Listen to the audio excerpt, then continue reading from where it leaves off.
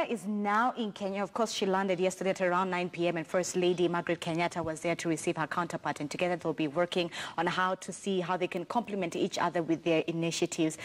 So Melania is here in Kenya. She was looking gorgeous. Michael says that she didn't think she was that tall.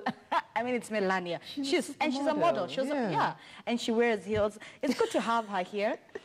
She was in Ghana. And after this, I think she will be going to South Africa, if I'm not wrong. But there she is. She's now in Kenya. And today she's expected to hold talks with Margaret Kenyatta. How do we feel about this, given right now her husband back in America is in the war, in that fight with Brett Kavanaugh, trying to protect his nominee? Queen, I'll begin with you. Wow. It's a very tricky one for me, Zinzi, because it's very difficult to talk about Melania without mentioning her association with Trump. Trump, yes. Extremely difficult, because Melania is this graceful person, looks very humble, sometimes quiet, you know. But then again, I cannot forget the fact that she's a first lady of United States of America and the wife of Donald Trump. You know, for me, it's the receivership. If you take a look at how Michelle Obama was received on the African continent to the countries she visited while still in office, vis-a-vis how Melania Trump is being visited. The excitement, should I say, Michael, is not as there. The boom and the color and the fascination. True. And for me, I think that's where the danger lies, because we tend to compare. Immediately Donald Trump came in, of course, people were first of all looking at his speech. Let's not talk about Melania's speech, because we know where that went. Where it's copy-pasted.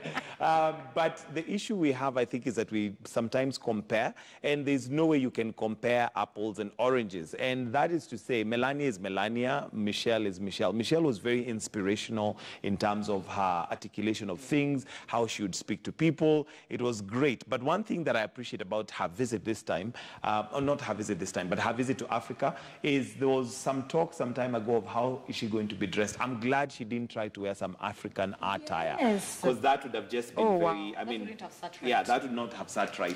And so far, I've not seen her try to do a jig and dance like Theresa May. So at least she's handling it well. But for May, who again was dancing this week, she was in that atmosphere. Of course, there was music being played, right? And I think that was okay. She did what she could. I think that was okay. That was good. That was good. So Melania is in Kenya. They're playing dancing at your Africa. I'm here. No. Like, I mean, she likes, even though she doesn't have the moves, she just, like, I tell my children, just do it. It doesn't matter how it comes out. Just do it. Just do it. Yes. You know, the thing is, and maybe Michael, being the male on this panel, you could help us understand. If Prime Minister Theresa May was a man and she danced, I don't think it would be a big deal. I probably think it's the way she danced. It's the fact that she was trying to dance, and I think she danced. She wasn't trying. Okay, she danced, but there should have been some rock music playing. As no, for real. In terms of her dance was, you know, with rock you don't have to follow a beat. You literally just go everywhere, which is fine, which is okay. So I beg to differ. I think even if it was a male counterpart, he probably. Can you imagine Vladimir Putin trying to dance? Now that's the thing. We'd want to...